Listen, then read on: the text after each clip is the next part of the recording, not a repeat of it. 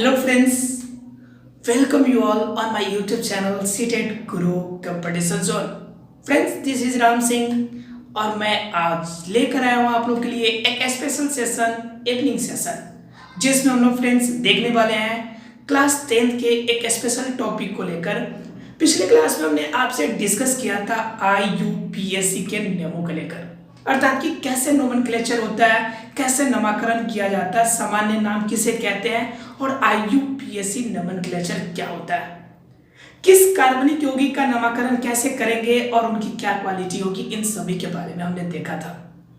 आज की क्लास में फ्रेंड्स हम लोग डिस्कस करने वाले हैं उन इंपॉर्टेंट पॉइंट को कि अगर हमारे पास कार्बनिक यौगिक है तो आखिर उनके क्वालिटी क्या होंगे, अर्थात कार्बनिक यौगिक के रासायनिक गुण क्या होते हैं, कौन से गुणधर्म उनमें हमारे लिए फायदेमंद होता है और किस तरह से हमारे डेली के जीवन में अर्थात कि डेली बेसिस पे कैसे यूज होता है कार्बनिक यौगिक का, इन सभी के बारे में कंप्लीट फॉर्म में आज के सेशन में देखने वाले हैं।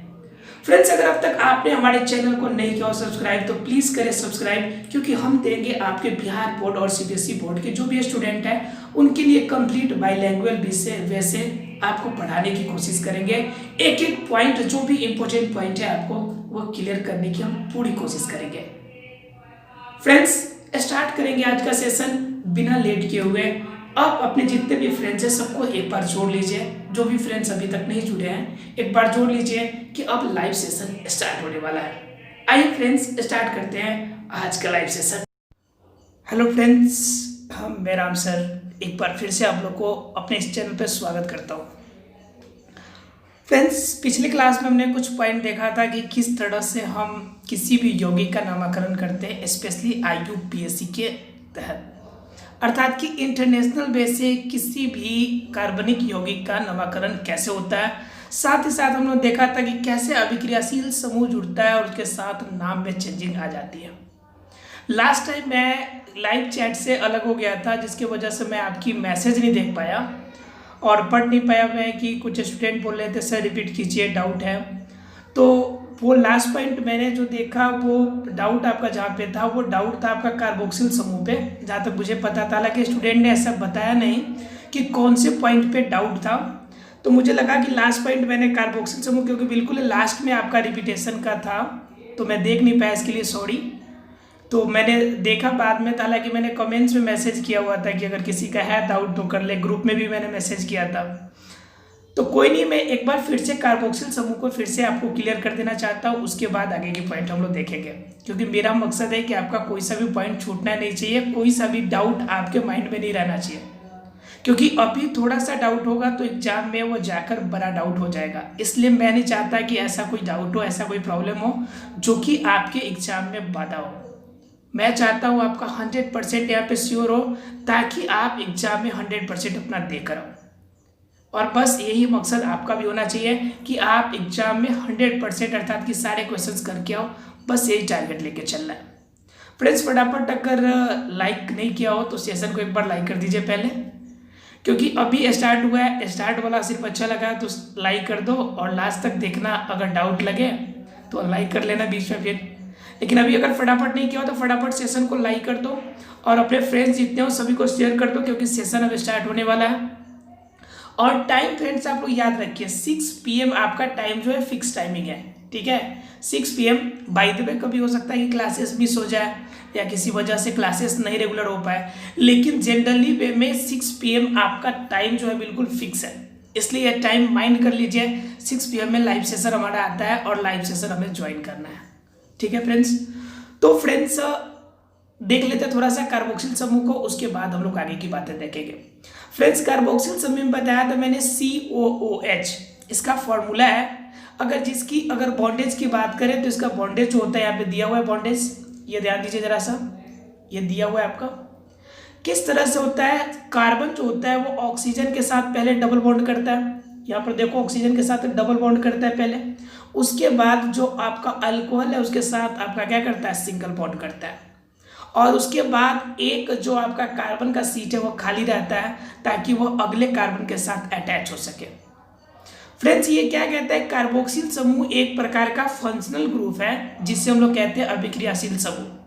कुछ CBSE वाले स्टूडेंट का भी मैसेज आया था कि सर आप कंप्लीट बिहार बोर्ड वाले स्टूडेंट पे ध्यान देते हो, सीबीएसई बोर्ड वाले पे ध्यान नहीं देते हो। तो ऐसा नहीं है बात भाई, सब किसी पे मेरा प्रॉपर ध्यान है। आपने सीबीएसई वाले ने मैसेज आप लोग ग्रुप में नहीं करते, इसके वजह से मुझे समझ नहीं आता कि आप लोग भी जुड़े हुए हैं और मुझे आप लोग को भी गाइड करना है, ठीक है। हालांकि मैं कोशिश करूंगा कि कुछ वर्ड्स मैं जो यूज करूं वो आपका इंग्लिश मीडियम में भी यूज करूं, क्योंकि सारा कुछ अगर इंग्लिश मीडियम में पढ़ाऊंगा तो फिर हिंदी मीडियम वाले को ज़्यादा प्रॉब्लम होगी, ठीक है।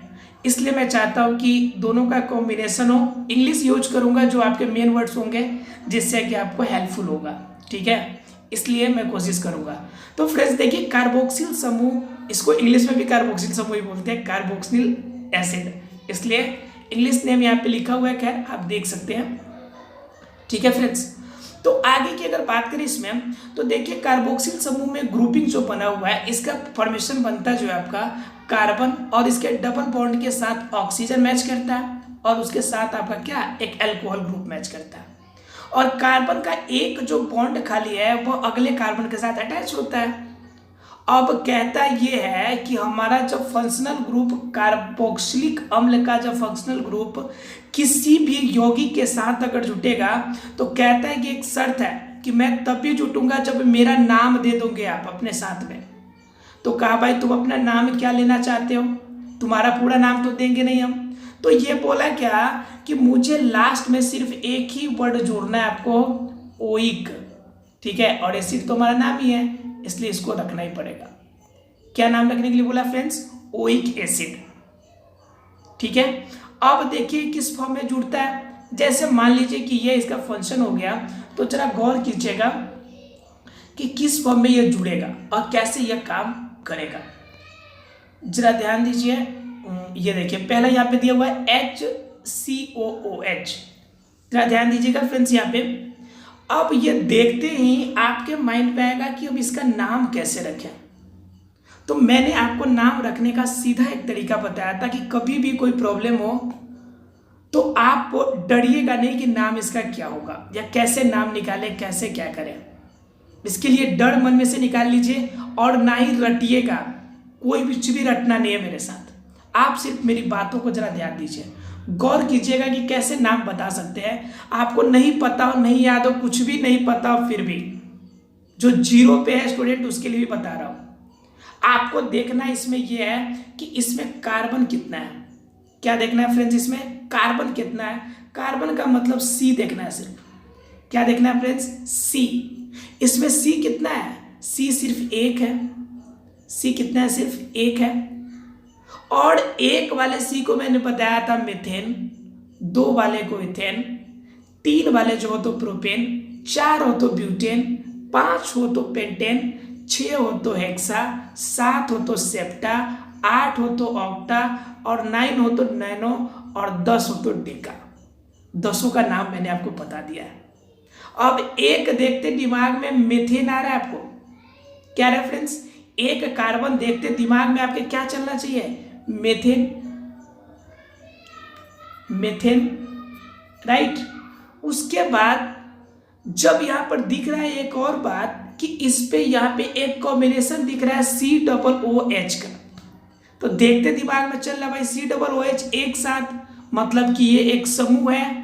और कौन सा समूह, कार्बोक्सिल समूह। यहां पर अगर एक O बीच में से हटा देते हैं तो यह वहां पे बनता है अल्कोहल ग्रुप, लेकिन एक साथ कॉम्बिनेशन है COOH का। यहां पे ध्यान दीजिए COOH का कॉम्बिनेशन है। उस कंडीशन में आपके दिमाग में आया कि भाई ये तो कार्बोक्सिल समूह जुड़ा है, और कार्बोक्सिल समूह के लिए हमने क्या बताया आपको कि लास्ट में क्या कहता है, हम ओइक एसिड जोड़ेंगे, ओइक।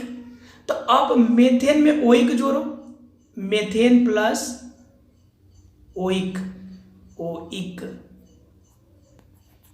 ठीक है, ओइक एसिड जोड़ दिए। तो मेथेन में ओइक जुटेगा तो क्या हो जाएगा,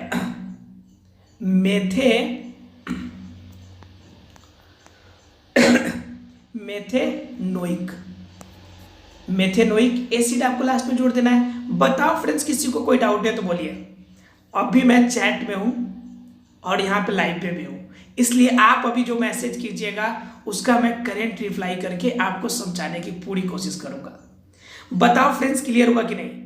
आपका COOH जो है, अर्थात कि C और 2 O उसके बाद H जो लिखा हुआ है, वह एक प्रकार का अभिक्रियाशील समूह है और इस अभिक्रियाशील समूह का नाम कार्बोक्सिल है, कार्बोक्सिल अम्ल है।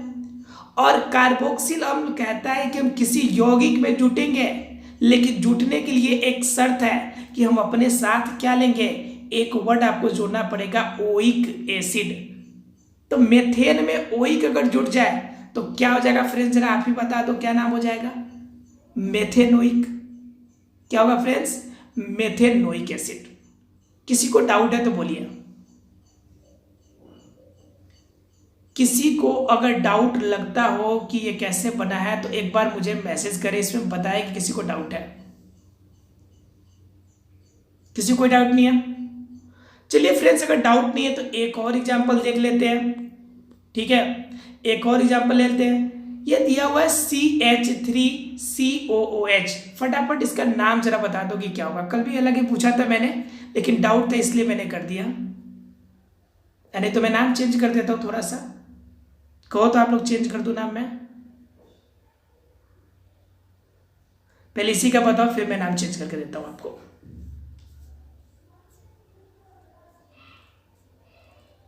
फटाफट बताइए फ्रेंड्स।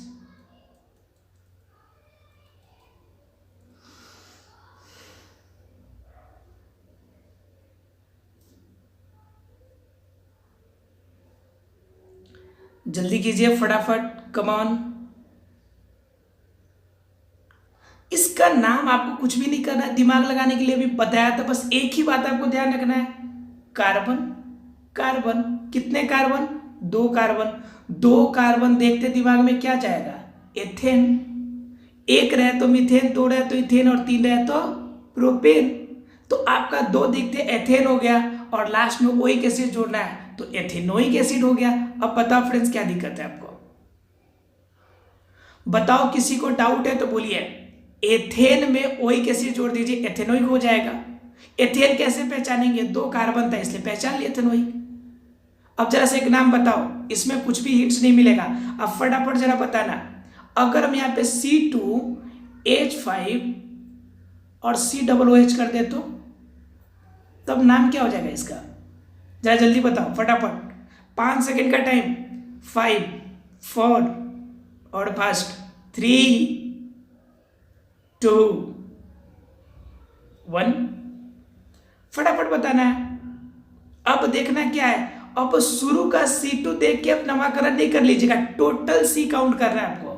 इस बात का ध्यान रखिएगा कि इसमें टोटल C देखना है। तो टोटल C कितना हुआ, 1 कार्बन, यहाँ पे 2 कार्बन और 1 यहाँ पे, कितने कार्बन हो गए, 3 कार्बन हो गए। और 3 कहाँ जाएगा, प्रोपेन के ग्रुप में, और उसमें ओइक जोड़ दीजिएगा तो क्या हो जाएगा, प्रोपनोइक एसिड। Propanoic acid. बताओ फ्रेंड्स क्लियर है कि नहीं सबको। कार्बोक्सिल समूह में किसी स्टूडेंट को कोई डाउट है तो बोलिए। COOH का मतलब कार्बोक्सिल समूह, अर्थात कि एक अभिक्रियाशील समूह, और उसको जहां भी जोड़ दीजिएगा अपने साथ ओइक एसिड नाम लेके जाएगा, उसमें ओइक एसिड नाम लेके जाएगा। और नाम क्या हो जाएगा, ethanoic, propanoic, butanoic, pentanoic acid. Clear है फ्रेंड्स? किसी को डाउट है तो बोलिए। किसी को डाउट है, लग रहा है कि डाउट होगा, कोई प्रॉब्लम लग रहा है तो फटाफट बताइए, मैं यहां पे हूं, फटाफट अभी बताऊंगा। किसी को कोई डाउट नहीं है? चलिए फ्रेंड्स, अगर डाउट नहीं है तो यहीं पे एक पूछ रहा है, ये क्लियर हो गया सबको। C2H5 पूछा है, ये तो क्लियर हो गया सब किसी को। प्रोपनोइक देख लेते हैं नाम, लगता है सही है, नहीं जी, प्रोपनोइक एसिड बिल्कुल सही है ना। अगर बनाना हो इसका समीकरण तो आसानी से आप बना सकते हैं। सिर्फ कार्बन को आपको बोला कि सीधा अरेंज कर दो, आप बाद में उसके अकॉर्डिंग नाम जोड़ना, बन जाएगा ना। किसी को कोई डाउट तो नहीं है अभी? चलो अगर डाउट नहीं है तो फटाफट अब आगे बढ़ते हैं। फ्रेंड्स, अभी जितना भी हमने देखा, एक चीज आपने देखा होगा कि हमने सभी में सिंगल बॉन्ड को देखा था, सिर्फ सिंगल बॉन्ड। और सिंगल बॉन्ड कहां लगता है, सिंगल बॉन्ड कहां लगता है, सिर्फ और सिर्फ संतृप्त हाइड्रोकार्बन में। मान लीजिए कि अगर असंतृप्त हाइड्रोकार्बन के बारे में एग्जाम में पूछ दिया तो कहिएगा सर नहीं बताए थे, ऐसा नहीं कहिएगा ना। इसलिए हम आपको असंतृप्त हाइड्रोकार्बन के भी कुछ एग्जाम्पल्स देकर उसे भी समझा देते हैं, ताकि कल होके नहीं कहिएगा कि हम नहीं बताए थे आपको। देखिए फ्रेंड्स, असंतृप्त हाइड्रोकार्बन कैसे होगा, तो इसके कुछ रूल है कि इसमें क्या करना है, एक दोहरा बंध वर्तमान हो तो मूल नाम से एन को हटाकर ई जोड़ते हैं, थोड़ा सा नाम आपका अलग हो जाएगा। डबल बॉन्ड आपका जब भी हो, मैंने नाम आपको बता दिया था, नाम कैसे चेंज करना है वो भी बताया था। जरा एक बार याद करा दूं मैं, CnH2n+2, जरा ध्यान दीजिएगा। इसका नाम हमने लास्ट में आपको हिंदी में जोड़ के बताया था कि एन जोड़िएगा, ठीक है। उसके बाद मैंने बताया था कि अगर CnH2n हो तो ये हमारा कौन सा केस है, ये आपका डबल बॉन्ड वाला केस है। और इसमें क्या जोड़ना था आपको, लास्ट में इन वर्ड जोड़ना था। क्या जोड़ना था बाबू, इन, जैसे एल्कीन, प्रोपीन, पेंटीन, क्लियर है फ्रेंड्स। और इसमें जब एक और फॉर्मूला जो पढ़े थे हम, जिसमें ट्रिपल बॉन्ड था CnH2n-2, और इसमें हमने आपको क्या बताया था, फोटो करता हूं मैं सर, इसमें मैंने क्या बताया था, इसमें आयन जोड़ना था। क्या जोड़ना था फ्रेंड्स, आयन जोड़ना था। याद आ रहा है कि नहीं याद आ रहा है, फटाफट बताओ मुझे, सभी को याद आ रहा है कि नहीं आ रहा है, याद बोलो। हमने 3 बताया था आपको, तीनों, एक आपका एन जोड़ने वाला, एक इन जोड़ने वाला और एक आयन जोड़ने वाला, एल्काइन, एल्केन, एल्कीन और एल्काइन। बताओ फ्रेंड्स, क्लियर है सब किसी को। अब कह रहा है कि डबल बॉन्ड करना होगा तो इस फॉर्मूला पे काम करेंगे, ट्रिपल बॉन्ड करना होगा इस फॉर्मूला पे काम करेंगे। ये चीज तो आपको पहले ही बता दी है, अब तो कोई दिक्कत नहीं है, कोई डर वाली बात नहीं इससे रिलेटेड। बोलो, किसी को डर है तो बोलो, कोई डर, कोई दिक्कत, कोई प्रॉब्लम नहीं है ना। चलो, अगर कोई प्रॉब्लम नहीं है, कोई डर नहीं है, तो जरा सा देख लो एक बार। ये देखो ये क्या कह रहा है, एल्केन में क्या जोड़ लिया, इन जोड़ लिया तो एल्कीन हो गया, एल्कीन हो गया, कोई डाउट नहीं होगा। सीधा सा नाम है आपका C2H4 का IUPAC अगर नामकरण करें हम, तो इसमें क्या जोड़ना है आपको, इन जोड़ना है। ये तो पहले ही बता दिया आपको। एथेन में अब इन जोड़ दिया तो क्या हो जाएगा, एथीन हो जाएगा। मेथेन में इन जोड़ दीजिएगा तो मेथीन हो जाएगा फ्रेंड्स। सब किसी को कोई डाउट है तो बोलिए। प्रोपीन, किसी को डाउट है ब्यूटेन में जोड़ दीजिएगा तो ब्यूटीन।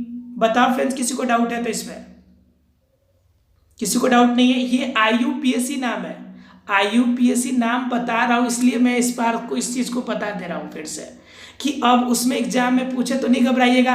पूछ दिया कि बताओ कि इस फॉर्मूला का अगर डबल बॉन्ड वाला कोई फॉर्मूला आपको दे दे और उसमें कहे कि नाम बताओ इसका, तो वहां पे ये नहीं कंफ्यूज कीजिएगा कि नाम क्या होगा उसका।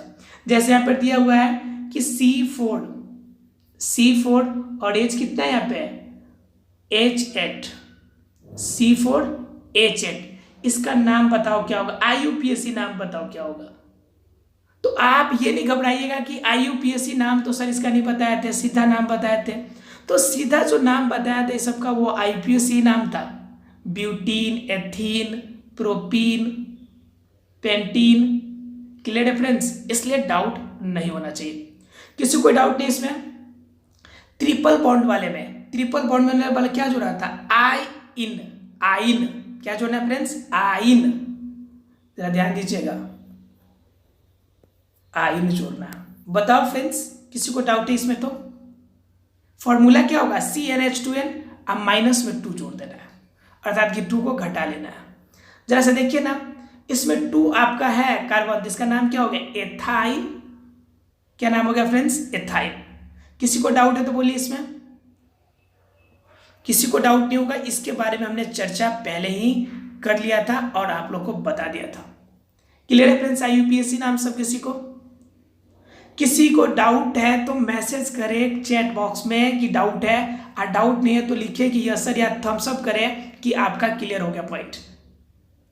और जिसने भी अभी तक लाइक बटन क्लिक नहीं किया, और लाइक करें, और लाइक का बटन बगल में है, अंगूठा नीचे है बाबू, ध्यान रखना इस चीज का। बहुत सारे स्टूडेंट लाइक करने के चक्कर में अनलाइक भी मार देते हैं। मैंने कल के सेशन में देखा था या परसों के सेशन में, मेरा क्लास स्टार्ट होने से पहले एक अनलाइक था। तो मैंने सोचा भाई कौन ऐसा स्टूडेंट है जो इतना हमसे मान लीजिए लगाव रखने वाला स्टूडेंट है कि स्टार्ट होने से पहले अनलाइक मार दिया है। इतना मैं बुरा लगता हूँ उनको, तो बड़ी समस्या होती है। इसलिए थोड़ा सा लाइक और अनलाइक पर थोड़ा सा ध्यान दीजिएगा बाबू, पास में ही है। आप अगर इंप्रेशन अगर सही दीजिएगा तो ये हमारे लिए फायदेमंद होगा कि मैं अच्छा पढ़ा रहा हूँ, और नीचे वाला दीजिएगा तो मुझे लगेगा कि मैं अच्छा नहीं पढ़ा रहा हूँ, इसलिए मैं कुछ चेंजेस करने की कोशिश करूँगा। इसलिए आप प्लीज़ ज़रा सा देख के आपका लाइक बटन अनलाइक बटन देख के तब कीजिएगा, ठीक है फ्रेंड्स। चलिएगा ठीक है, तो देखते आते हैं पॉइंट पे हम लोग आगे की। तो फ्रेंड्स नाम पद्धति आप लोगों ने देख लिया, अर्थात कि आपने दोनों नाम हमने बता दिए कि सामान्य नाम कैसे होगा और IUPAC नाम लिखना हो तो कैसे लिखेंगे। बताओ फ्रेंड्स, किसी को इसमें डाउट नहीं था? अब किसी को डाउट नहीं है तो थोड़ा सा उसके यौगिक के बारे में और जान लेते हैं। कार्बनिक यौगिक और उनके कुछ रासायनिक गुणधर्म है, जरा उन पे विचार हम लोग कर लेते हैं कि आखिर ये कहना क्या चाहते हैं। भाई खुल के बोले, क्या कहना चाहते हैं? ये कहता क्या है कि कार्बन तथा उसके यौगिक ईंधन के रूप में इस्तेमाल किए जाते हैं। बिल्कुल इस्तेमाल किया जाएगा। जो हम लोग घर पर LPG का गैस यूज करते हैं, वो LPG क्या है हमारा? वह कार्बनिक यौगिक ही तो है। ब्यूटेन और प्रोपेन आपका जो मिला हुआ है इसमें, आइसोब्यूटेन, नॉर्मल ब्यूटेन आपने सुना होगा कि आइसोब्यूटेन नॉर्मल ब्यूटेन को लिक्विफाइड करके इसमें डाला गया है। बात समझ में आ रही है? इसलिए हम इसका यूज कहाँ पे करते हैं? ईंधन के रूप में, अर्थात जलाने के रूप में, जलावन के रूप में यूज करते हैं। क्योंकि ये क्या करते हैं? प्रचुर मात्रा में ऊष्मा भी देते हैं और साथ में प्रकाश भी देते हैं। तो हमें भोजन पकाने के लिए ऊष्मा चाहिए, और प्रकाश की तो बात मान लीजिए कि जलाते हैं तो थोड़ा सा लाइट भी मिल जाता है। तो दोनों कंडीशन है। तो इसका यूज हम कहाँ करेंगे फ्रेंड्स? ईंधन के रूप में, राइट। एग्जाम में इसका यूज पूछेगा तो हम लिख सकते हैं कि ईंधन के रूप में यूज किया जाता है। क्यों? तो इससे ऊष्मा मिलती है और प्रकाश मिलती है। क्लियर है फ्रेंड्स? उसके आगे की बात करें फ्रेंड्स, तो आगे क्या कहता है? आगे कहता है संतृप्त हाइड्रोकार्बन जो है, संतृप्त हाइड्रोकार्बन वायु की उपस्थिति में, संतृप्त हाइड्रोकार्बन वायु की उपस्थिति में जलने पर नीली स्वच्छ ज्वाला देती है। देखिएगा जब जलेगा तो क्या होगा? नीला प्रकाश देगा। अर्थात कि दो तरह की बात होती है, एक संतृप्त हाइड्रोकार्बन जलेगा और एक असंतृप्त जलेगा। तो जो संतृप्त जैसे LPG आप जलाते हैं तो देखिएगा उसमें एकदम बिल्कुल अबाउट ब्लू कलर की उसमें लाइट दिखती है। लेकिन घर पे अगर लकड़ी जला के खाना बनेगा तो वहां पे देखिएगा हल्का सा पीला कलर का, अर्थात कि येलो कलर की लाइट रहती है। देखे होंगे सबके घर पे, मान लीजिए लकड़ी पे खाना बनता है ग्रामीण क्षेत्रों में, हमारे घर पे भी बनता था। आजकल अब दूसरा फैशन चला गया, बात अलग है, सबके घर पे यूज होता था। तो ये येलो कलर की जो लाइट दिख रही है वह असंतृप्त है। असंतृप्त के मतलब कि उसके अंदर आपका क्या है? उसके अंदर पूर्ण रूप से आपका कार्बन का बॉन्ड जो है कंप्लीट नहीं है। उस कंडीशन में क्या होगा? ये थोड़ा सा धुआं दे के जलेगा, अच्छा से नहीं जलेगा। लेकिन LPG ब्लू कलर का दे रहा, मतलब कि प्रॉपर लाइट देगा, प्रॉपर आपका क्या देगा? ऊष्मा देगा। तो आपका संतृप्त और असंतृप्त दोनों एग्जाम में पूछे जाते हैं कि संतृप्त हाइड्रोकार्बन ज्यादा आपका ऊष्मा देगा कि असंतृप्त देगा? तो संतृप्त ज्यादा देगा। संतृप्त क्यों ज्यादा देगा? क्योंकि उनके बीच जो बंधन होती है, जब बंधन टूटेगा तो अधिक प्रकाश और अधिक ऊष्मा मिलेगी। लेकिन आपका असंतृप्त में बॉन्ड हल्का होता है, जिनके वजह से टूटेगा तो कम लाइट और कम आपको मिलेगी एनर्जी। बात समझ में आ रही है? अर्थात कि बॉन्ड, इनके बंधन की वजह से इसमें से क्या होती है? ब्लू कलर की लाइट, ज्यादा एनर्जी, ज्यादा ऊष्मा हमें प्राप्त होती है। इसलिए आपका क्या कहता है कि आपका जो ब्लू होगा, अर्थात कि LPG हो गया, अर्थात संतृप्त हाइड्रोकार्बन हो गया, वह आपके लिए ज्यादा अच्छा होता है, जबकि असंतृप्त हाइड्रोकार्बन आपके लिए उतना अधिक फायदेमंद नहीं होता है। क्लियर है फ्रेंड्स? किसी को डाउट नहीं है? संतृप्त और असंतृप्त दोनों वायु की उपस्थिति में जलते हैं। वायु का उपस्थिति का मतलब ऑक्सीजन की उपस्थिति, और हम लोग जानते हैं कि ज्वलन के लिए, किसी भी पदार्थ को जलने के लिए ऑक्सीकरण की आवश्यकता होती है। और ऑक्सीकरण नाम से ही बताता है कि भाई जब ऑक्सीजन इन करेगा, अच्छा हाइड्रोजन उसमें से बाहर निकलेगा, तो उसी क्रिया को हम लोग ऑक्सीकरण कहते हैं। ऑक्सीकरण, अवकरण आपको बताया था, उत्क्षेपण के बारे में याद होगा आप लोग को। फर्स्ट चैप्टर में हमने फर्स्ट चैप्टर का ऑब्जेक्टिव क्विज कराया था, उसमें आप देख सकते हैं, अगर किसी ने नहीं देखा हो तो देख सकता है। काफी डिटेल में इसके बारे में हमने चर्चा किया था, राइट। किसी को डाउट नहीं इसमें? अर्थात कि येलो प्रकाश इसलिए देता है, उसके बॉन्ड कमजोर होते हैं, जब आपका हीट उसमें आग लगाई जाती है तो उसके बंधन टूटते हैं, आसानी से टूट जाते हैं, जिनके वजह से उससे एनर्जी कम निकलती है और आपका जो कंप्लीट आपका कार्बनिक यौगिक होते हैं अर्थात संतृप्त होते हैं उसको टूटने में ज़्यादा एनर्जी लगती है, इसलिए ज़्यादा एनर्जी रिलीज होता है और ज़्यादा एनर्जी ज़्यादा उसमें निकलेगी तो हमारे लिए फायदेमंद है, क्योंकि हम किसी भी वस्तु को जलाते इसलिए है कि हमें एनर्जी मिले, हमें ऊष्मा मिले, और जब उसमें कम मिलेगा तो हमारे लिए अच्छा नहीं है, जो ज़्यादा मिलेगा हमारे लिए अच्छा है। तो एलपीजी हमारे लिए बेहतर है, आपका जो लकड़ी है जलाना वो हमारे लिए बेहतर नहीं है। इसी वजह से लकड़ी को जलाने पर धुआं निकलती है, क्योंकि पूर्ण रूप से उसका ज्वलन नहीं हो पाता है और ज्वलन नहीं होने की वजह से धुआं निकलती है। इसलिए एलपीजी में धुआं नहीं निकलती है, क्योंकि जितना भी उसका है वो आसानी से टूटता है और टूटने के बाद कंप्लीटली आपका क्या होता है, रिएक्शन करके अलग हो जाता है। क्लियर है फ्रेंड्स? किसी को डाउट नहीं होगा? किसी को डाउट नहीं होगा फ्रेंड्स? चलिए अगर डाउट नहीं है तो देखिए आगे। तो ये देखिए संतृप्त हाइड्रोकार्बन क्या होगा, स्वच्छ ज्वाला आपकी देखिए यानी साफ सुथरा जलेगा, लेकिन अगर हाइड्रोकार्बन को जलाइएगा तो क्या होगा, ये धुआं देने वाला है, ठीक है, पीला रंग की ज्वाला उत्पन्न करेगी, क्योंकि असंतृप्त हाइड्रोकार्बन है उनके कार्बन की प्रतिशत मात्रा क्या होती है, संतृप्त से अधिक होती है। इसमें कार्बन ज्यादा होगा और इसके साथ आपका हाइड्रोजन का बॉन्ड कम होगा, हाइड्रोजन कम रहेंगे। उस कंडीशन में जब कार्बन ज्यादा होगा तो तुरंत ऑक्सीजन के साथ अभिक्रिया करके CO2 कार्बन मोनोऑक्साइड या कार्बन डाइऑक्साइड बना के हवा में धुआं के रूप में उठेगा कि नहीं उठेगा? उठेगा, और वह कार्बन पूर्ण रूप से जल नहीं पाएगा और नहीं जलने की वजह से आपको क्या निकलेगा, धुआं निकलेगा, अच्छा एनर्जी आपको नहीं मिल पाएगी। क्लियर है फ्रेंड्स सबको? यहाँ पर दे दिया आपको उपचयन और अपचयन, उपचयन की उपस्थिति कारण यानी पूर्ण उपचयन नहीं होता है, अर्थात कह सकते हैं पूर्ण रूप से उनका ऑक्सीकरण नहीं हो पाता है, राइट? क्लियर है फ्रेंड्स? चलिए अगर क्लियर है तो देखते हैं आगे की बात। ये कह रहा है आपको पैल्डियम या निकले जैसे उत्प्रेरकों की उपस्थिति में असंतृप्त हाइड्रोकार्बन जो होता है हाइड्रोजन जोड़कर संतृप्त हाइड्रोकार्बन बनाते हैं। उत्प्रेरक एक वर्ड आ रहा है फ्रेंड्स, उत्प्रेरक।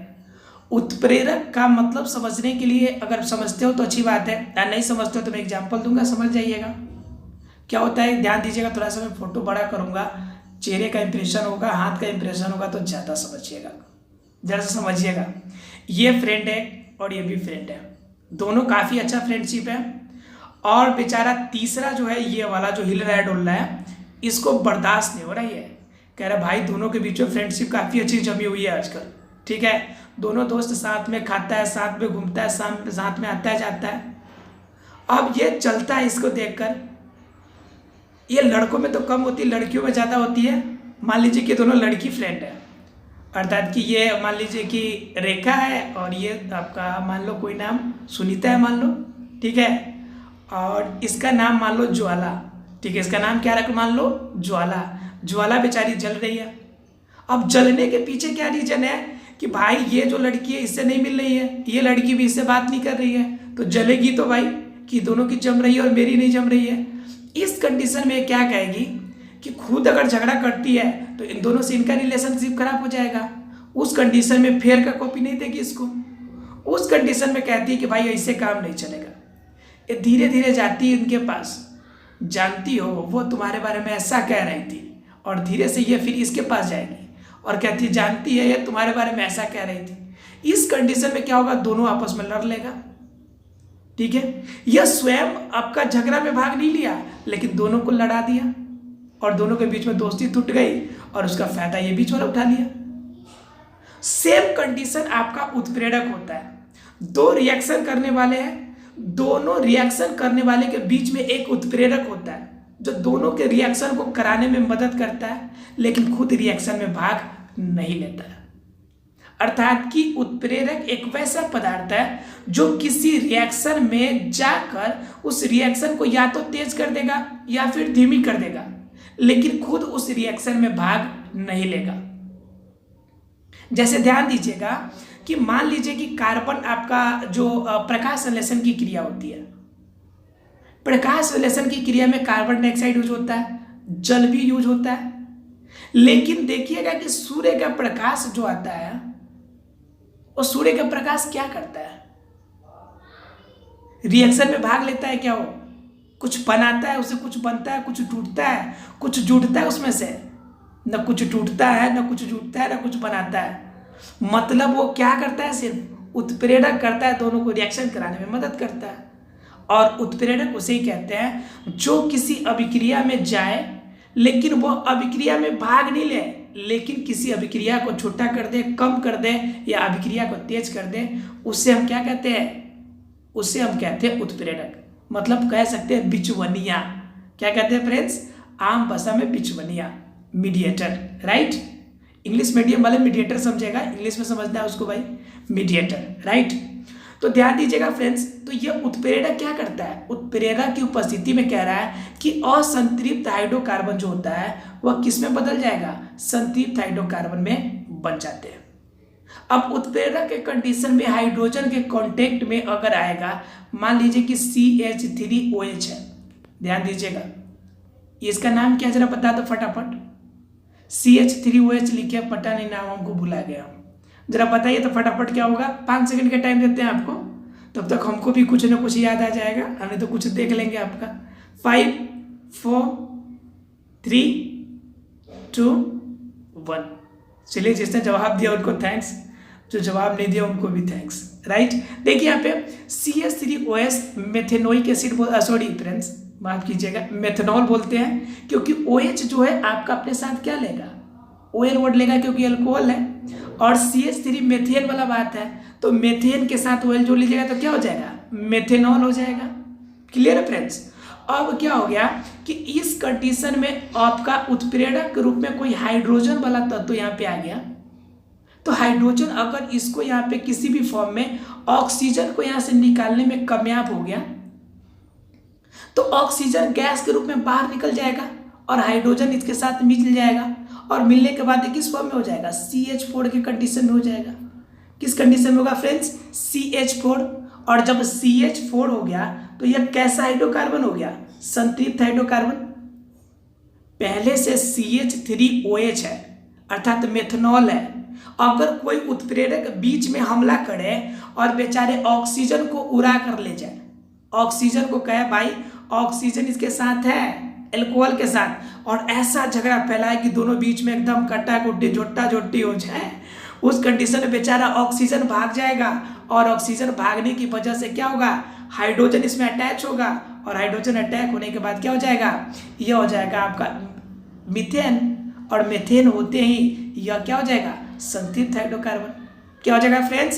संतृप्त हाइड्रोकार्बन। अर्थात कि उत्प्रेरक की उपस्थिति में कोई असंतृप्त कार्बन संतृप्त हाइड्रोकार्बन बनाते हैं। उत्प्रेरक क्या कर रहा है? इसमें ऑक्सीजन को निकालने में इसकी मदद कर रहा है। ऐसा फ्रेंड्स क्लियर हो गया होगा सब किसी को?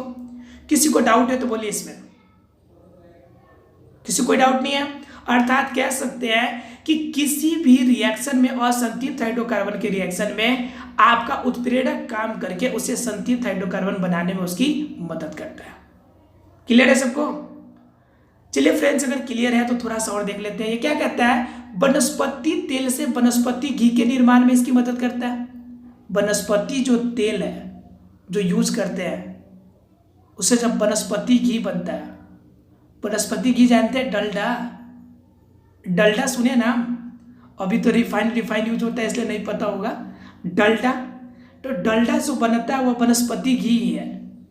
उसको निर्माण में वनस्पति तेल से किसका यूज किया जाता है? संतृप्त और संतृप्त हाइड्रोकार्बन का यूज किया जाता है। ठीक है, आगे की बात करें फ्रेंड्स, तो आगे क्या कहता है आपका कि कुछ यौगिक है जिनके नाम जानने हैं, उनके काम जानने हैं आपको। ठीक है, देख लेता हूँ टाइम। आपके टाइम फ्रेंड्स थोड़ा सा आपका लगभग ये 34 मिनट के हो जाएंगे, 34-35 मिनट्स के। इसके बाद आप लोग टिकते नहीं है, भागने लगते तो 2 मिनट में, इसलिए आप कहिए तो कल समझा देते इसको। कर कमेंट्स कर दीजिए, आज ही समझा दूँ या कल समझा दूँ, क्योंकि कल के क्लास में आपको क्या देखना भी देख लीजिए। एथेनॉल के भौतिक गुणधर्म, एथेनोइक अम्ल के बारे में जानना है हम लोग को। ठीक है, उसके बाद रासायनिक साबुनीकरण। ठीक है फ्रेंड्स, साबुन और अपवार्जक में अंतर, और आपका साबुन की अणु की संरचना, ये पॉइंट जानने हम लोग को। इसलिए कल इसे देख लेते हैं, ये कुछ पॉइंट क्लियर हो जाएगा, और जो पॉइंट आपका बच जाए, आपका ये पॉइंट पूरा कल क्लियर करके और कुछ नहीं होगा तो हम लोग ऑब्जेक्टिव टच कर लेंगे। ठीक है, देख लिया आप लोगों ने पॉइंट की क्या जानना है, एथेनॉल के भौतिक गुणधर्म का, साबुन के बारे में, अपमार्जक के बारे में देख लिया आप लोग कि इसी पॉइंट को हम लोग कल की क्लास में देखेंगे। ठीक है, आशा है कि आप लोग को आज का सेशन अच्छा लगा होगा और सभी को पॉइंट क्लियर हो गया होगा। हमने जितने एग्जाम्पल्स बीच बीच में लिए सिर्फ और सिर्फ आपके कॉन्सेप्ट क्लियर करने के लिए, आपको समझाने के लिए। कोई भी बॉयज हो या गर्ल्स अपने ऊपर इस बात को नहीं लेगा कि मैं आपको झगड़ा करने या किसी भी बात को लड़का या लड़की को नीचे दिखाने के लिए मैंने कहा है। सिर्फ मेरा मोटो आपको हंसते हंसते पढ़ाना था। ठीक है फ्रेंड्स, इसलिए कोई भी हार्टली नहीं लेगा। अगर बाय द वे कोई वर्ड अगर गलत यूज किया हो तो इसके लिए हार्टली सॉरी। ठीक है फ्रेंड्स, आप लोगों को सेशन अगर अच्छा लगा हो तो जरूर लाइक बटन क्लिक कीजिएगा। ठीक है, अगर चैनल को आपने सब्सक्राइब नहीं किया हो तो प्लीज चैनल को जरूर सब्सक्राइब कीजिएगा। मिलते हैं फ्रेंड्स अगले क्लास अगले सेशन में। आज के सेशन के लिए आपको यहीं तक समाप्त करते हैं। आप हमारे साथ बने रहे इसके लिए मेरे thanks, a lot of thanks friends. जय हिंद।